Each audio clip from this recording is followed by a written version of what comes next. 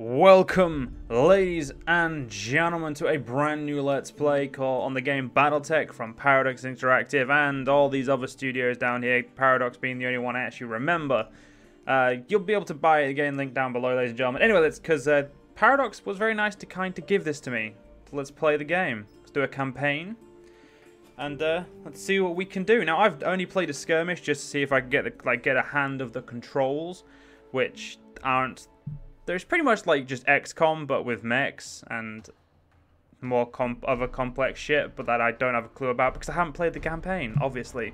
So, yeah, we're gonna try this shit out, and let's hope we have a. Let's hope there's a tutorial. I mean, if anything. But yeah, I'm looking forward to playing this. I saw it. I was very unaware of it to begin with, but I mean, I looked into it. It looked decent, so. Glad I was given the opportunity to play it. So let's see what we can do and how much fun we can have. The loading screens may take a while, but they shouldn't be too bad, I hope. All I can say is fingers crossed.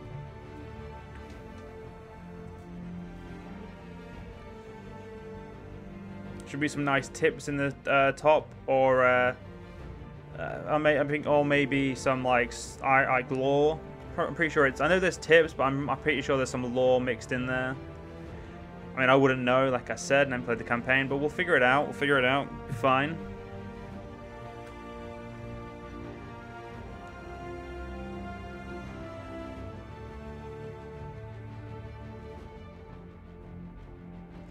Like I said, might take a while.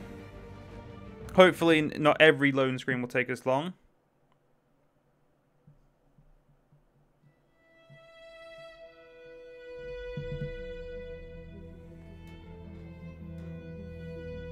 I am Kamea of House Arano, High Lady of the Oregon Reach, Protector of Coromadir, and the Sword of Restoration. But I am not a hero, no matter what the stories say. A hero would have sacrificed more, compromised less. A hero would have done better. You know this, of course. You were there. My father used to tell me stories about the ancient times, about the Star League, a golden age of prosperity, upheld by the great MechWarriors of old, guardians of the innocent, protectors of the peace. I always dreamed of following in their footsteps. I was too young to see the truth of things. After all, it wasn't heroism or a noble cause that won me the throne. It was hiring a mercenary, skilled enough, perhaps ruthless enough, to carry the day. Hiring you. I still don't know if you fought for honor or for the thrill of it, for belief in my cause, or just in my money. But whether it was your noble heart or mercenary mind, your actions gave us hope. That makes you a hero in the eyes of history. Whether you believe it, that's up to you.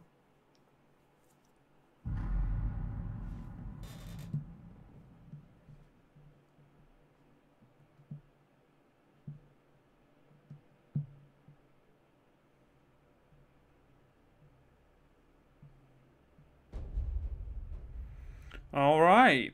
So the Oregon Reach is a small kingdom in the Rimward Periphery, a region of space that lies out on the outskirts of the more densely colonized inner sphere. It is home to the Oregarian Coalition, a federation organized around a parliamentary monarchy and ruled by the Arano family. 3 generations under the rule of House Arano, the Oregon Coalition, I believe it is, has remained a relatively peaceful corner of the Periphery. It is here your story begins. Decades ago, your family came to the Reach from, so we can, oh, sweet, okay, obviously the dragons, I mean, come on. So I'm going to probably read all these. This is going to be a long-ass fucking part. So, MechWarriors who hail from the Combine tend to be fierce, disciplined, and ruthless fighters. No matter the odds they might face on the battlefield.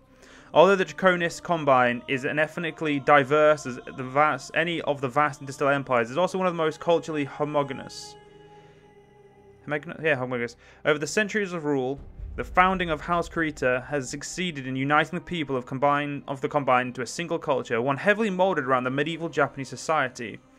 While some, most notably the descendants of the conquered Principality of Rasselhaig, continue to chafe at the uniformity of the Draconis society, overall this has created a more cohesive populace and military than seen in the other great houses of the Inner Sphere. It could come from the Free Worlds League. MechWarriors who hail from the Free Worlds League tend to be passionate, enduring fighters who value justice and equality above all else. The oldest and theoretically most democratic of the successor states of the Inner Sphere, the Free Worlds League is actually a broad coalition of many minor noble houses. For the most of the League's history, it's been ruled under martial law by a Captain General, who by tradition is from House Marek. The culturally diverse and relatively independence of its component regions are some of the greatest strengths of the Free World League and its greatest weakness. The Federated Suns. MechWarriors who hail from the Federated Suns tend to possess a finely honed skills and better equipment than their counterparts in the other regions of space. They often see themselves as righteous warriors and champions of liberty, sometimes to a fault. Though nearly extinguished by the Draconis Combine in the First Succession War, the Federated Suns, a constitutional monarchy ruled by the renowned House Davion, has become arguably the most powerful of the 5 great successor states. Though their skillful military campaigns and subtle diplomacy, House Davion has significantly increased the number of star systems under its control in the last 2 centuries. The Lyrian Commonwealth. MechWarriors who hail from the Lyrian Commonwealth tend to be hardy, well equipped and well trained, though they also have a reputation for not being particularly strategic thinkers on the battlefield. Wealth is the greatest strength of the merchant princes of the Lyrian Commonwealth, ruled by House Steiner. Despite a number of humiliating defeats in the first 2 succession wars, the Lyrian Commonwealth has bounced back thanks to combined strength of its economy, the biggest of the 5 great successor states, and its control of the Inner Sphere's largest functioning battle mech factories.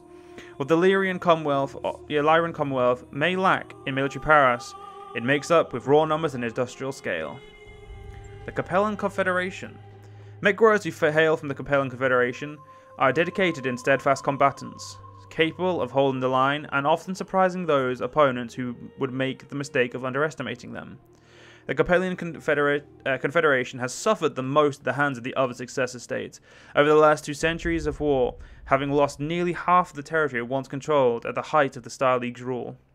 Over time, the leadership of House Liao has transformed the Capellan Confederation into a socialist police state with a highly regulated economy. Most Capellians take great pride in their citizenship, which must be earned through service to the state.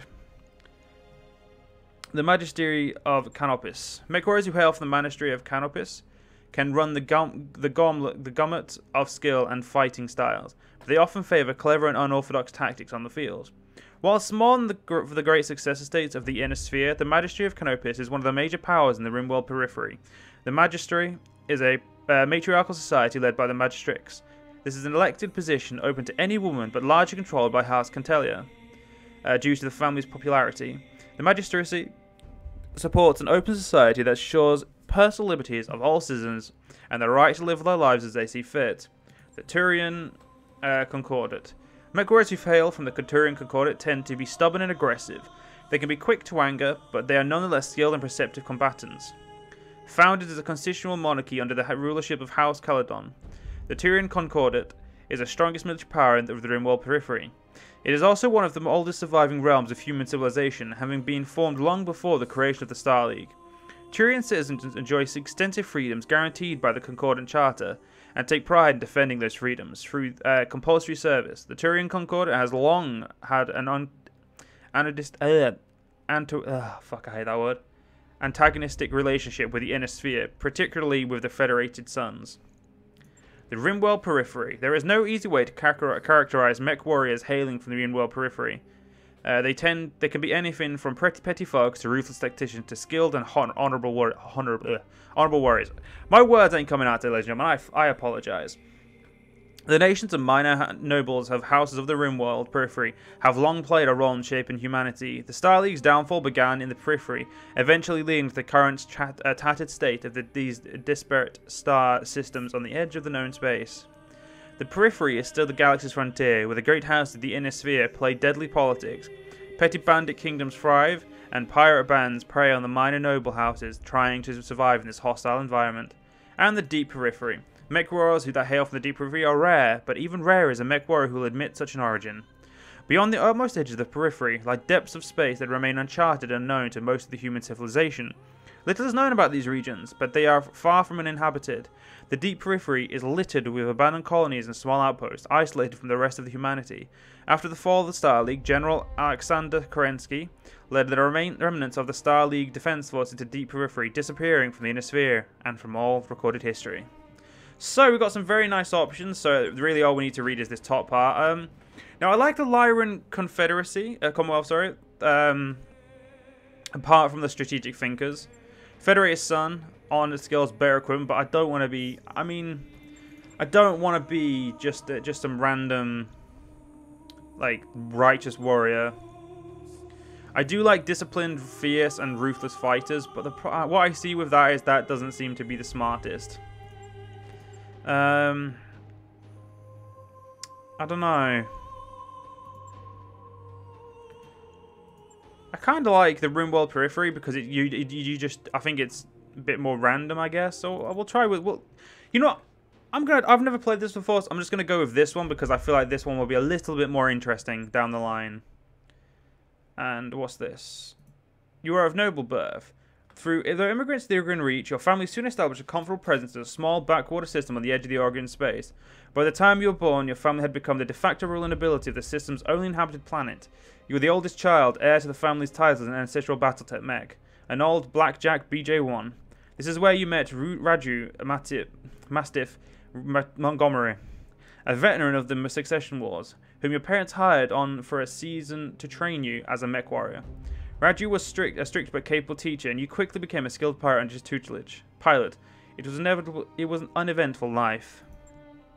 Until the day of your 16th birthday, when you were exiled. Once the promising young son of your family, you committed an unforgivable transgression and were sentenced to life in exile. You stole away with your family's ancestral blackjack and set off to find a new life to call your own. So gunnery and tactics from that. I like that. You struck out on your own. As the heir to the noble family, you grew up wanting for nothing, and it turns out you couldn't stand a life of pampered nobility. Finally, one night you stole away with your family's ancestral... Yep, okay. So piloting and tactics. Your family went bankrupt. That's a pretty shit one. As you grow older, you watched your family's fortune, income, and influence slowly dwindle away until there was nothing left. Your parents, driven to despair, took their own lives. Tactics and guts. Your family died in an accident. The rest of your family died in a freak jump ship accident, after which you discovered they had left nothing behind but a pile of debts. Piloting and guts. And your family was betrayed. Damn. Your family was betrayed and its seat of power destroyed. You defeated the betrayers, but you're the sole surviving member of your house. So gunnery and guts. I think I want something to do with tactics. I think I'm going to go for tactics and guts. Well, no, I'm going to go for the you struck out on your own, because I want the piloting and tactics. Out on your own, you fell into the life of, so, an Oregon Coalition soldier. Unsure of your prospects, you traveled to the Commodore, the capital of the Oregon Coalition, and enlisted in the Coalition military. You quickly rose to the ranks, distinguishing yourself as a reliable mech warrior. Life as a soldier wasn't glamorous, but it suited you just fine. A frontier pirate. Tired of living under the authority of others, you fell in with a local pirate gang in the RimWorld periphery. It was an unruly crew, but an effective one. Roaming the periphery afforded you and your outfit with a steady supply of poorly defended merchant caravans and supply depots to prey upon. While raids did occasionally devolve into combat, you quickly learned that successful piracy is mostly about being in the right place at the right time, with the right threats and a good show of force. That's guts and this one's gunnery. I didn't actually say what this one gave you. Solaris Gladiator. You took your skills as a mech warrior to the famed arena of planet of Solaris 7. There you eked out a living as a gladiator, fighting with the crowd in a minor arena, getting by from paycheck to paycheck. That gives you gunnery, same as this one. An inner sphere mercenary. Eager to get away from it all, you joined with the minor inner sphere mercenary unit. Integrating into the tightly knit crew took time, but you eventually proved your worth and became a part of the family. So that gives me tactics. This is what I like to see, some tactics right here. Frontier Freelancer. You remember the periphery as a freelancer, signing on for whatever odd contracts you could find as a mech warrior for hire. It was a solitary life, but as you became more comfortable with the Internet lifestyle, you found you were able to make a decent living helping people of the frontier. And a merchant guard, which this one also gives you tactics. Merchant guard, you signed as a guard for a small trading guild, providing security as the guild's caravan made trading runs between the inner sphere and the periphery. It was largely uneventful life, but you were able to put your mech warrior skills to good use in occasional scuffle with pirates and uncooperative local governments. I'm gonna go for the inner sphere mercenary because I like the lore or the roleplay aspect, but I also like the tactics. Until years later, you crossed paths with Raju Mastiff Montgomery once again. Pure chance brought you back to the Oregon Reach as your mercenary crew took an ill-fated contract against an enclave of pirates on the outskirts of Oregon space. The job went south, and you were the only survivor of your unit. Raju's land happened to be on patrol nearby. After rescuing you and helping to honor your fallen comrade, he offered you a job in the house around a royal guard. So as you find yourself reunited with your old mentor, preparing your ancestral blackjack for guard duty on the coronation day of Lady Camilla Arena. Oh, so we get to design ourselves now. So, no, I'm a he. Oh, no, no, no, no, no, no, for fuck's sake. God fucking damn it. No, don't even say it's a pronoun. It's a fucking gender. No, we're not getting onto this. I'm a he. Don't make me do this game. I kind of don't want to play this game now. No, I'm joking. I do want to play this game, but come on, this is bullshit. Fucking just. Alright, let's find a picture that I like and let's just move on before I get annoyed. More annoyed. Oh shit. Oh, fuck yeah. Alright, let's I'm gonna keep that skin tone. I want some black hair and some black tips, thank you. Eyes. Go for some green now. We'll go for some blue eyes. Like, nah, fuck it. I want brown. Makeup. I don't really need makeup. I'll go for that. Lighting.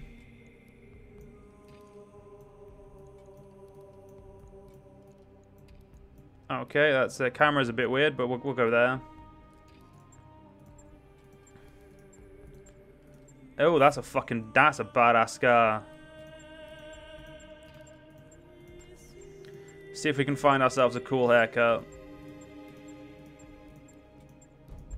Okay, we'll stick with the basic haircut. You know, I think I'm going to stick with the rest as it is. So we'll save that. Call sign. I don't know why, but I think blackjack's pretty cool. We'll call ourselves...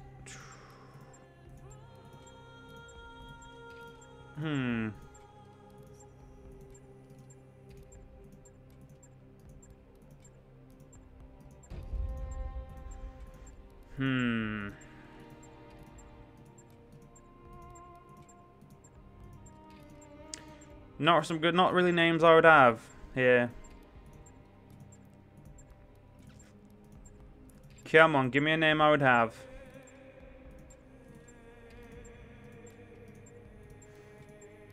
Still no game I would have. A name I would have. There, you know, well, Ryota. Ryota Arias. There we go.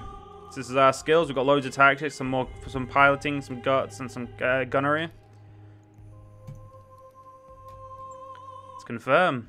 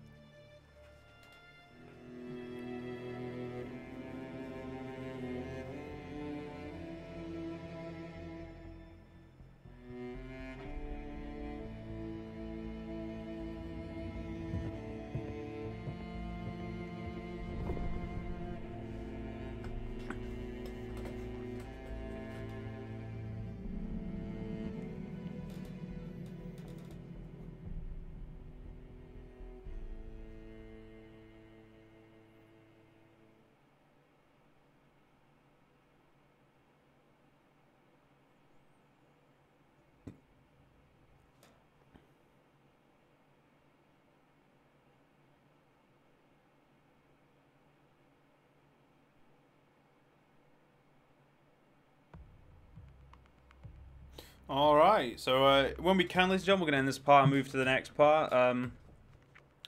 We'll have to wait and see if we're given the chance to, when we're given the chance to pause it, obviously.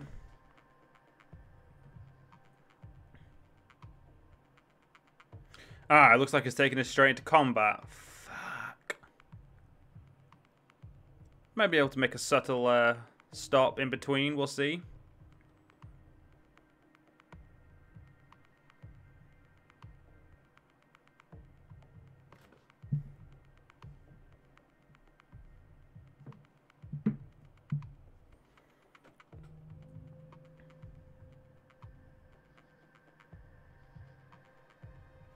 Alright, ladies and gentlemen, so I'm going to see you guys in the next part. See you guys then.